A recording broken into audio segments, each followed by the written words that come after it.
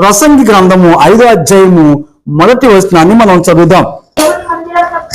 నీవు దేవుని మందిరమునకు పోయినప్పుడు నీ ప్రవక్తన జాగ్రత్తగా చూసుకొనుము. ఇది సినిమా హాల్ కాదు, ఇది సంత మార్కెట్ అంతకంటే కాదు, ఇది నాటకశాల అంతకంటే కాదు. దేవుని మందిరమునికి వెళ్ళేటప్పుడు భయము కలిగి ఉండాలి. లోనికి అడుగు పెట్టగానే మనసును శరీరాన్ని సిద్ధపరుచుకుని పరిశుద్ధంగా ప్రభు ఆలయంలో ప్రవేశించాలి. దేవుని మందిరంలోకి వెళ్ళినప్పుడు నీ ప్రవక్తన జాగ్రత్తగా చూసుకోవాలి. ఎలాగ మాడితే అలాగూ దేవుని మందిరంలోకి వెళ్ళటానికి వీలు కాదు.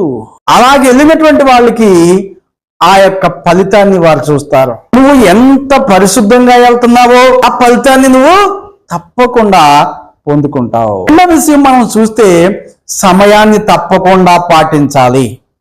ఆలస్యంగా వచ్చి ఇతరులు చేసే ఆరాధనకి ఆటంకం కలిగించేటువంటి విధంగా ఉండకూడదు.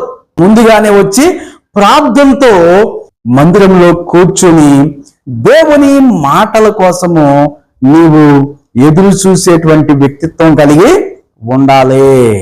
ఆయన చేసిన మేలల్ని కీర్తనలు పాడుతూ ఆయన్ని స్తుతించే విధంగా ఉండాలి. గ్రంథం 84వ అధ్యాయము 1వ వచనాన్ని మనం చూద్దాం.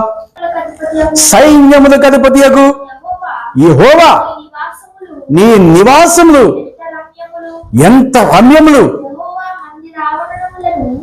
యెహోవా మందిర ఆవరణములో చూడవల్లని నా ప్రాణము ఎంతో ఆశపడుచున్నది. ఆయన చేసినటువంటి మేలులన్నిటినీ, ఆయన చేసినటువంటి గొప్ప ఉపకారములను తలపోయిచ్చు దేవుని మందిరానికి వచ్చి ఆయన్ని ఆత్మతో సత్యముతో ఆరాధించాలి. ఆయన చేసిన కార్యాలు ఎంతో గంభీరములు. మూడవదిగా వస్త్రాధరణ.